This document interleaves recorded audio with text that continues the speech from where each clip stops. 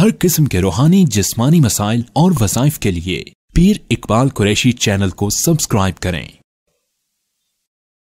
آپ نے نبی کے چہرے کو دیکھا، آپ نے فرمایا یا رسول اللہ یہ 700 گھوڑے بھی میں وقف کرتا ہوں۔ آپ سوچئے جس نے نبی پہ احسان کر دیا، آج ان کو کس طرح میڈیا میں گالیاں دی جاتی ہیں۔ اور پھر بخاری شریف کے اندر ہے، اگلے دن حضور پھر کھڑے ہو گئے، حضور نے کھڑے ہو کے اعلان شروع کر دیا، آخری دن تھا کہ حضور نے کہا لوگوں حضور منبر پہ آ گئے چندے کے لیے۔ کہا میرے صحابہ ہم نے غزوے میں جانا ہے، بڑا سخت غزوہ ہے، ہمیں تعاون کرو۔ ابو بکر صدیق پورا گھر لے آئے، لیکن کتنا تھا ہی تھوڑا سا۔ عمر رضی اللہ عنہ آدھا گھر لے آئے، کتنا تھا تھوڑا سا تھا۔ صحابہ نے جی بھر کے دیا۔ حضور نے کہا یہ تو بہت تھوڑا ہے، بہت لمبا سفر ہے، 1000 کلومیٹر کا، گھوڑوں پہ جانا ہے لیکن گھوڑے بھی نہیں ہیں، اونٹوں پہ جانا ہے اونٹ بھی نہیں ہے، خوراک بھی نہیں ہے، اسلحہ بھی نہیں ہے، دشمن بھی بڑا ہے، صحابہ تعاون کرو۔ سیدنا عثمان کھڑے ہوئے، یا رسول اللہ آپ حکم کریں کتنا دوں؟ حضور نے فرمایا جتنا تیرا اللہ نے دل رکھا ہے۔ کہ یا رسول اللہ کتنے لوگ ہیں؟ کہا 1000 بندہ ہے، 3000 بندہ ہے۔ کہا 1000 اونٹ دیتا ہوں یا رسول اللہ، آپ قبول فرمائیں۔ 1000 گاڑیاں دی ہیں، آج اونٹ بھی 4-5 لاکھ کا ہے، مالدار 100 اونٹ کسی نے ذبح کیے کراچی میں، اس کی تشہیر کر رہے ہو۔ 100 اونٹ قربانی کے اس نے دیے، اس کی تشہیر ہو رہی ہے نہیں ہو رہی؟ اور جس نے 1000 اونٹ ہمارے نبی کو دیے اس کا نام ہی نہیں ہے، اور غربت کے زمانے میں دیے۔ حضور پریشان بیٹھے ہوئے منبر پہ، برے وقت میں ساتھ دینے والے کو بندہ بھولتا کم ظرف ہوتا ہے جو بھول جاتا ہے۔ میرا یقین ہے قیامت میں بھی حضور عثمان کا ہاتھ پکڑ کے ان کے احسانات اللہ کے سامنے بیان کریں۔ حضور علیہ السلام نے سنا عثمان کتنے؟ 1000 اونٹ یا رسول اللہ۔ آپ خوش ہوئے نہیں ہوئے؟ حضور کتنے خوش ہوئے ہوں گے؟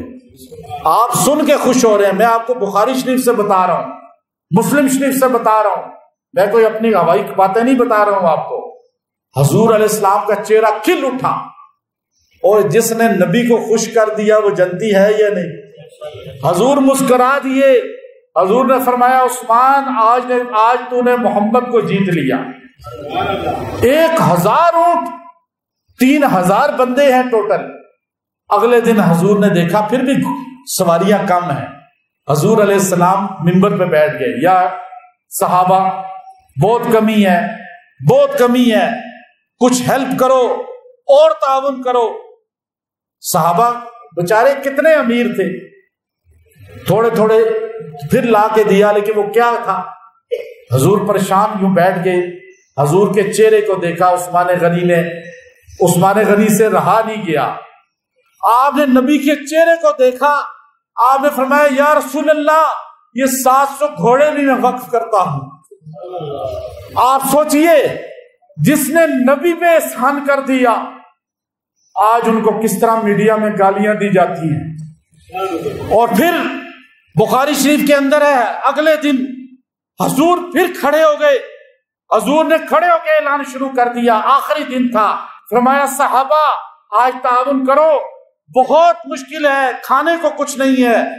صحابہ جب تھوڑے تھوڑے کھڑے ہوئے، عثمان غنی اٹھتے ہیں، 1000 سونے کی اشرفیاں، 1000 سونے کے اشرفیاں حضور کے سامنے لا کے یوں رکھ دیتے ہیں، کہتے ہیں یا رسول اللہ عثمان کا یہ مال بھی قبول کر لیں، شاید اللہ مجھے بخش دے۔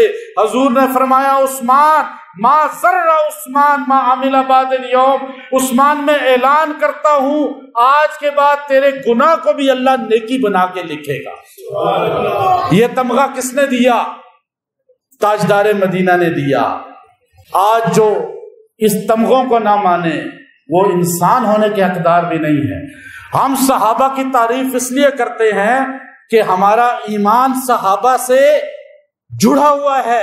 اگر آج کا سنی مسلمان آپ کی پرواہ نہیں ہے ہمیں، کیونکہ آپ تو آ جاتے سن لیتے ہیں، ہمیں کالج کے یونیورسٹی کے ان لڑکے لڑکیوں کی پرواہ ہے، وہ دنیا دار لوگ جو نہیں اس ماحول میں آتے وہ ان غلط لوگوں کی باتیں سن کر صحابہ سے بدظن ہو جاتے ہیں۔